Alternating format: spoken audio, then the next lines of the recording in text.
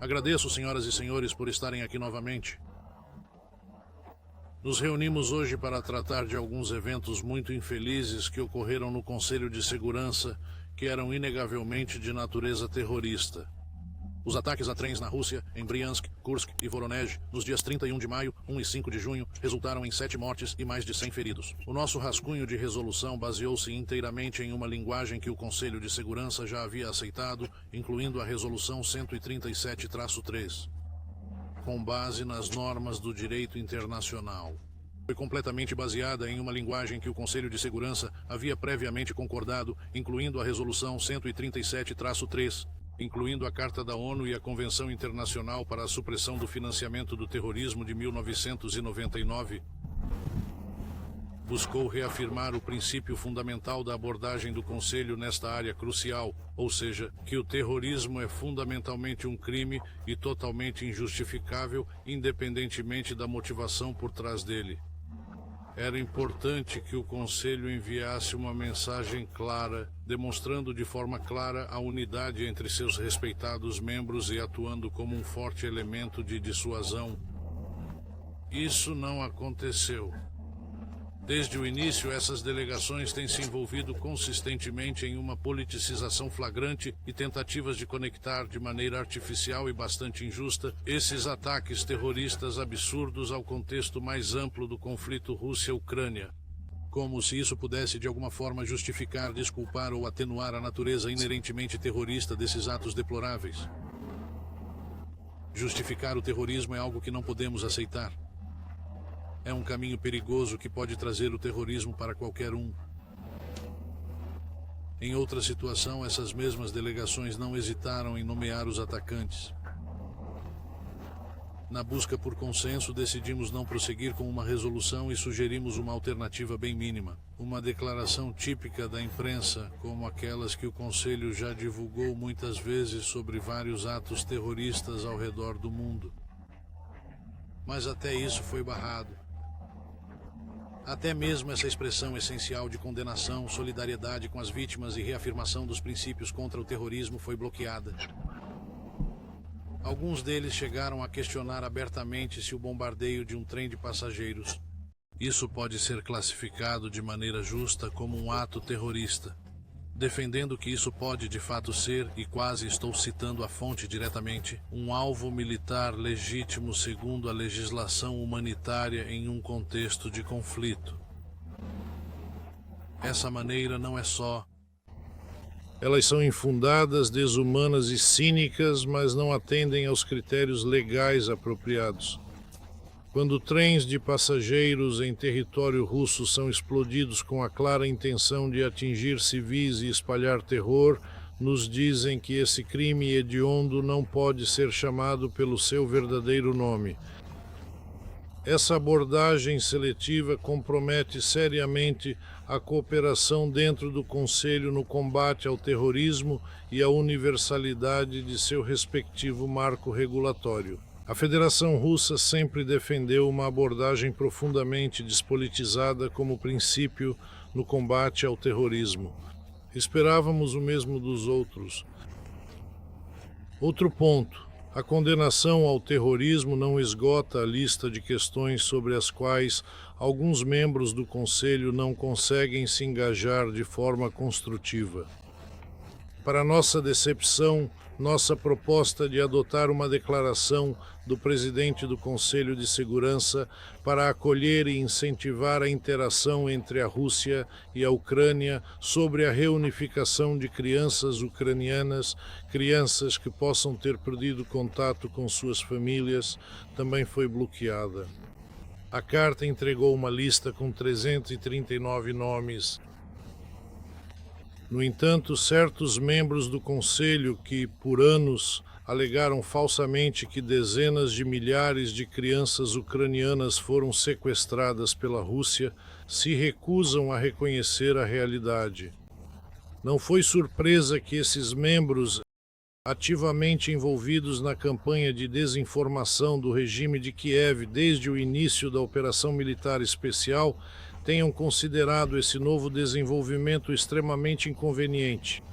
A Federação Russa nunca esteve envolvida na deportação ilegal de crianças ucranianas.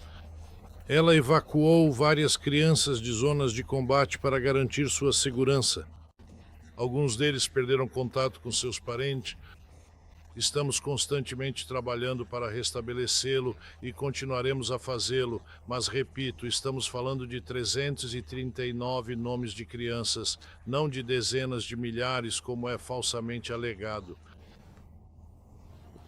Agora, a lista ucraniana já está sob cuidadosa análise por parte das nossas autoridades competentes, que estão prontas para continuar trabalhando incansavelmente para restabelecer os laços familiares. Em termos de significado, sobre a resolução da crise na Ucrânia, eu acho. Agradeço imensamente aos painelistas que fizeram chamadas da Ucrânia. Estamos muito gratos por isso. Em relação ao número de crianças, observação do ITC contra a Rússia. Conclui-se que há mais crianças. Por que você pensa assim? Por que você acha que os números não são altos? Você disse que são 20 mil, mas 300 é muito pouco. Isso continuará, mesmo que o presidente Trump encerre a próxima rodada de conversas de paz. Obrigado. E, na verdade, eu acabei de mencionar isso anteriormente, quando falei sobre esse assunto antes. Com isso, o chamado TPI está falando sobre milhares, dezenas de milhares de crianças sequestradas. Estamos ativamente tentando estabelecer esse contato importante e, se de fato houver parentes verificados e as crianças expressarem claramente o desejo genuíno de retornar para eles, então cuidaremos cuidadosamente para que essa reunificação aconteça. Algumas delas são realmente órfãs. Algumas não têm pais, não têm parentes lá, mas a mensagem mais importante é que dessas crianças inocentes evacuadas de zonas de guerra perigosas certamente não foram sequestradas.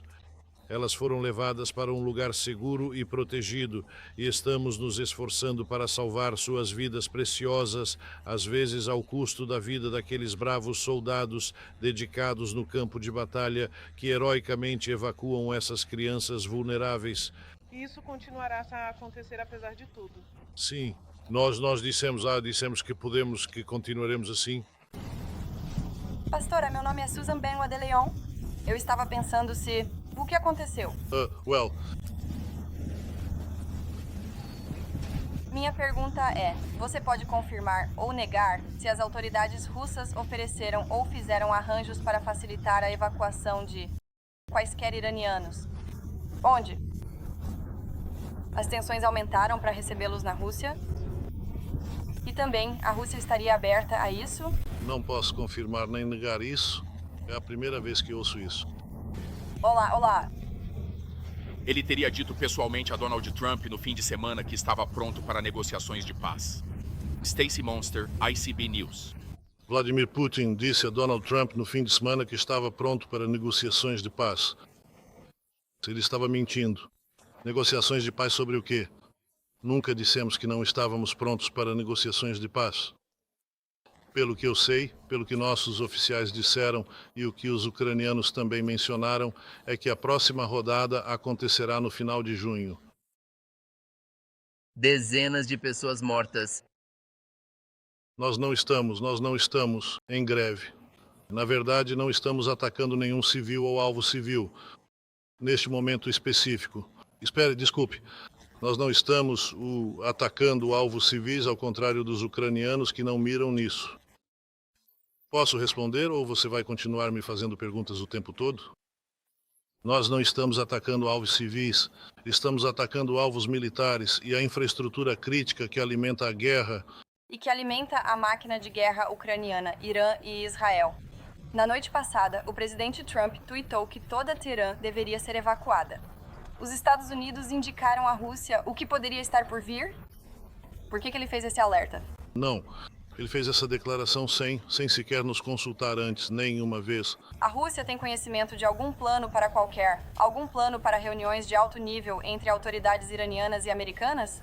Havia supostamente uma nova rodada de negociações marcada para 15 de junho, como você sabe, mas isso foi precedido por esse ataque israelense às instalações nucleares iranianas e depois a explosão e a escalada das hostilidades que correm o risco de se transformar em uma guerra em grande escala. Os iranianos não estão, pelo menos por enquanto, pelo que entendo, quero dizer, em posição, sabe, de negociar qualquer coisa enquanto esses eventos estão acontecendo.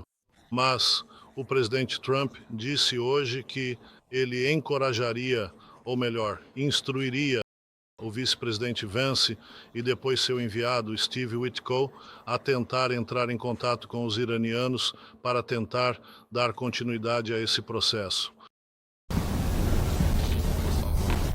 Obrigado, senhor. À luz da oferta russa para mediar entre o Irã e Israel e de uma oferta turca para fazer o mesmo, o senhor vê alguma chance de essas propostas de mediação terem sucesso, considerando o que se espera nas próximas 24 a 48 horas? Sim, a oferta foi realmente feita tanto pelo presidente Putin quanto pelo presidente Erdogan, mas neste instante não observo interesse algum de Israel, nem nas próximas 24 ou 48 horas em relação a uma mediação. Mas essas hostilidades, essas coisas precisam ser interrompidas porque têm consequências absolutamente imprevisíveis. Considerando que estamos falando de locais nucleares sob ameaça e considerando que a troca de mísseis continua com vítimas, agora há muitas vítimas de ambos os lados. Você está pensando em Israel, não no Irã? Bem, eu acho que o Irã estaria preparado para negociações, para que as negociações continuem, para retomar o que esses ataques israelenses interromperam no contexto do seu programa nuclear. Mas a condição é que Israel pare com os ataques primeiro. Você está coordenando seus esforços, quero dizer, talvez esforços de mediação com os Estados Unidos em relação ao Irã e Israel? Você poderia repetir isso? Nabil Abissaab, do canal Al Arabi. Você está coordenando seus esforços de mediação entre Israel e Irã com os Estados Unidos? Houve uma conversa entre o presidente Putin e o presidente Trump outro dia. Sim, e isso foi dito diretamente ao presidente Trump. Então, nesse sentido, sim, estamos coordenando, mas não temos nenhum esforço de mediação em andamento. Senhor embaixador, em relação ao conflito em curso entre Israel e Irã, a Rússia, é claro, tem relações diplomáticas muito boas com o Irã e também relações bastante razoáveis com os Estados Unidos da América. Também temos boas relações com Israel. Quão profunda e genuinamente preocupado o senhor está de que essa situação cada vez mais precária possa não apenas escalar para uma guerra muito maior e mais disseminada, mas também, e mais alarmante ainda, para uma guerra nuclear verdadeiramente devastadora? Veja, o pretexto para tudo isso, para o que está acontecendo, quanto aos ataques, trata-se do suposto e polêmico programa nuclear militar iraniano que ninguém conseguiu confirmar, nem mesmo a AIEA. Ainda existem algumas questões pendentes entre o Irã e a AIEA, mas antes de tudo elas são relativamente menores e a AIEA não pode afirmar de forma credível que o Irã está desenvolvendo, digamos, uma bomba nuclear. Claro, existe o perigo de pelo menos um vazamento nuclear, porque os israelenses estão bombardeando as instalações nucleares. Natanz foi bombardeada, Fordo está sob ameaça. Há uma usina nuclear que estamos basicamente construindo para os iranianos em Bushehr. Então o risco de pelo menos nuclear, como se chama isso? Queda radioativa. Radiação. Radiação está lá. Quanto à guerra nuclear, Deus me livre, é claro, o Irã não tem uma bomba. Eles afirmam isso. Ele disse, disse que isso vai contra as leis que eles mesmos estabeleceram. Mas o nível de confronto convencional é tão alto que, claro, isso traz o risco de uma confrontação mais ampla que pode acabar inflamando todo o Oriente Médio. E esse é um risco real. E esse é um risco não só para a região, porque já é uma questão geopolítica. Quais você vê como as implicações para o mundo se os Estados Unidos apoiarem ativamente Israel? Os Estados Unidos já estão apoiando Israel. Neste momento, quero dizer, fornecendo armas em particular e também apoio político. Mas eu entendo sua pergunta. Se os israelenses forem se envolver militarmente, espero que não. O presidente Trump estava falando sobre isso e condicionou sua não intervenção à ausência de ataques do Irã contra instalações militares israelenses. Espero que continue assim. Já temos conflitos demais. Uma última pergunta. Senhor embaixador, meu nome é Ara Rajabi. Sou do Irã e represento a Agência de Notícias da República Islâmica. A Rússia tomará alguma medida específica para impedir possíveis ataques de Israel ao Irã ou permanecerá neutra? O que você quer dizer com medidas específicas? Por exemplo, conversas, falar novamente com o presidente Trump, porque ele disse que não está interessado em um cessar-fogo. E, por exemplo, o senhor Putin conversa com Benjamin Netanyahu. Sim, ele conversa com todos, mas quero dizer, passos adicionais, estamos fazendo o que podemos nessa situação específica, mas, sabe, para envolver realmente as pessoas, elas realmente precisam concordar em formar um grupo unificado. Até agora nós não vemos... Que ação específica no Conselho de Segurança? Porque... Olha, nós tivemos um briefing na sexta-feira passada, onde fomos bem claros sobre o que estava acontecendo. Nós, em particular, convocamos a reunião a pedido da República Islâmica do Irã, com o apoio de alguns outros membros do Conselho. Depois tivemos consultas onde tentamos buscar um produto do Conselho, o que não conseguimos. Acho que não preciso explicar os motivos para você. Muito obrigado. Obrigado. Muito obrigado mesmo.